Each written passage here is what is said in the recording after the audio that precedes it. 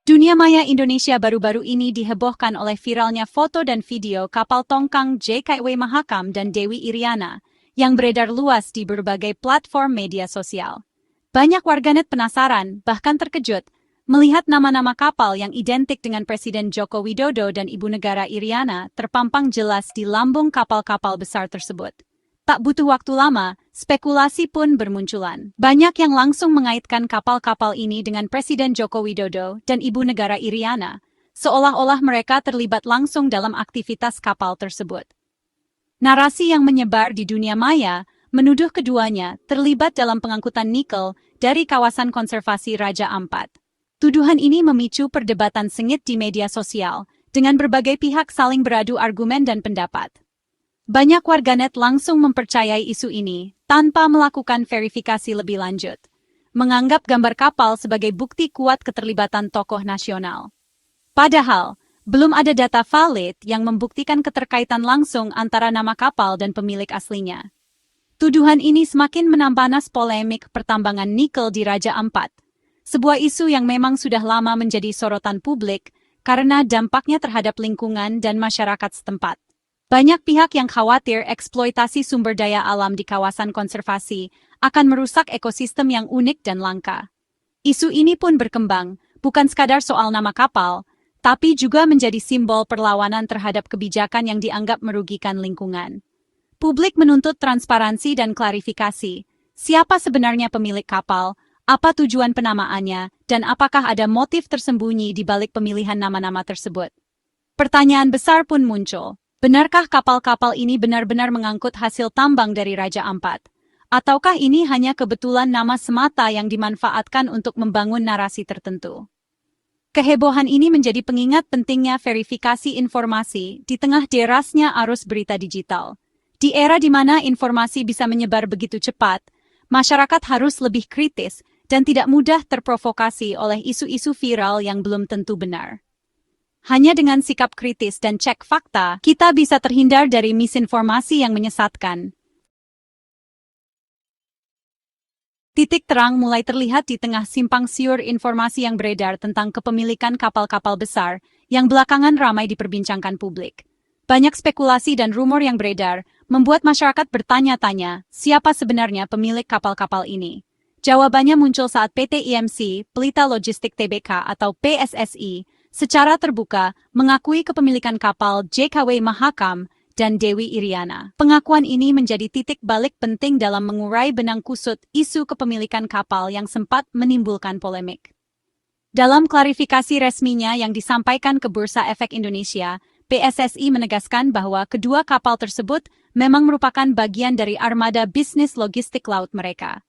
Pernyataan ini disampaikan secara transparan dan didukung dokumen resmi perusahaan. Data dari Kementerian Perhubungan pun memperkuat pernyataan ini. Berdasarkan catatan resmi, kapal-kapal tersebut terdaftar atas nama beberapa perusahaan, termasuk anak usaha PSSI, sehingga memperjelas struktur kepemilikannya. Tercatat ada 8 kapal yang menggunakan nama JKW Mahakam, tersebar di berbagai pelabuhan di Indonesia, menunjukkan skala operasi logistik yang cukup besar.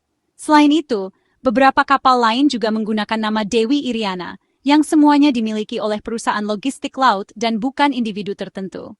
Klarifikasi ini secara tegas mematahkan asumsi dan dugaan bahwa kapal-kapal tersebut dimiliki secara pribadi oleh tokoh publik atau pejabat tertentu. Dengan adanya kepemilikan korporasi, isu ini kini ditempatkan dalam konteks bisnis dan operasional perusahaan, bukan lagi ranah politik personal atau kepentingan individu. Kini, fokus perdebatan masyarakat pun mulai bergeser. Banyak yang penasaran, mengapa kapal-kapal ini diberi nama yang identik dengan tokoh-tokoh nasional.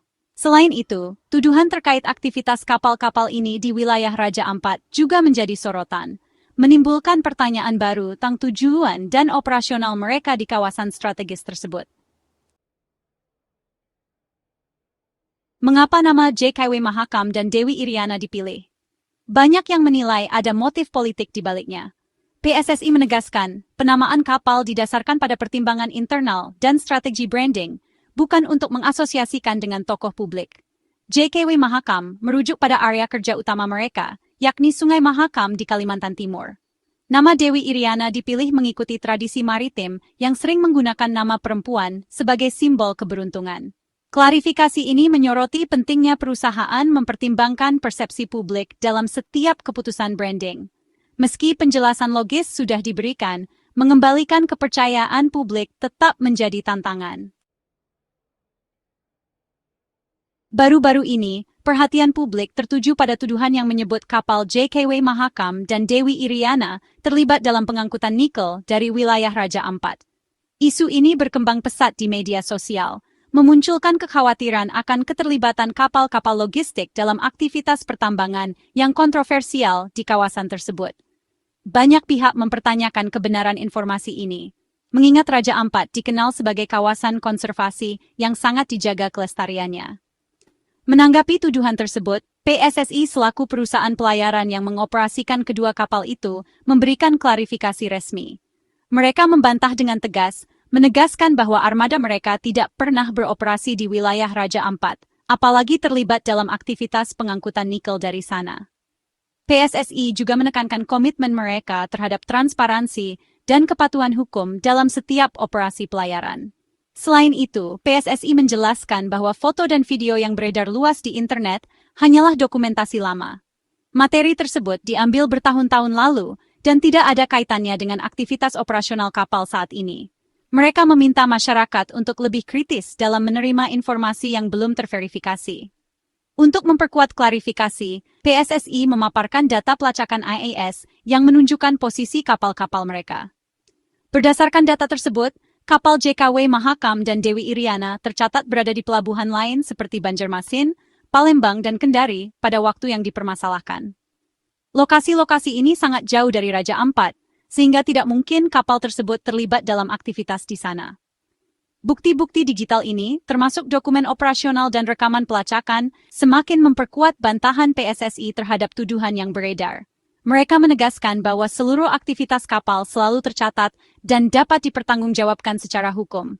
PSSI juga menegaskan bahwa peran mereka murni sebagai penyedia jasa transportasi laut. Mereka tidak memiliki tambang, tidak menentukan jenis muatan, dan hanya menjalankan pengangkutan barang sesuai permintaan klien yang sah. Model bisnis PSSI sepenuhnya berfokus pada logistik dan distribusi barang, tanpa keterlibatan dalam aktivitas pertambangan atau pengambilan keputusan terkait muatan tambang. Dengan penjelasan ini, PSSI berharap masyarakat dapat memahami posisi mereka sebagai pihak netral yang hanya menjalankan fungsi transportasi. Mereka menegaskan komitmen untuk selalu menjaga integritas dan transparansi dalam setiap kegiatan pelayaran, serta mendukung upaya pelestarian lingkungan di Raja Ampat. Untuk memahami posisi PSSI, penting melihat model bisnis mereka. PSSI fokus pada penyewaan kapal tunda dan tongkang, mengangkut komoditas curah seperti batu bara dan nikel atas permintaan klien.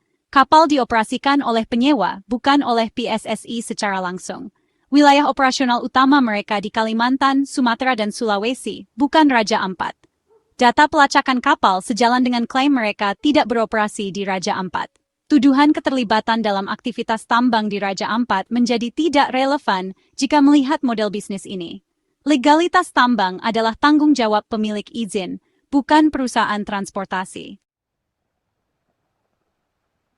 Di balik isu kapal, polemik tambang nikel di Raja Ampat adalah persoalan nyata.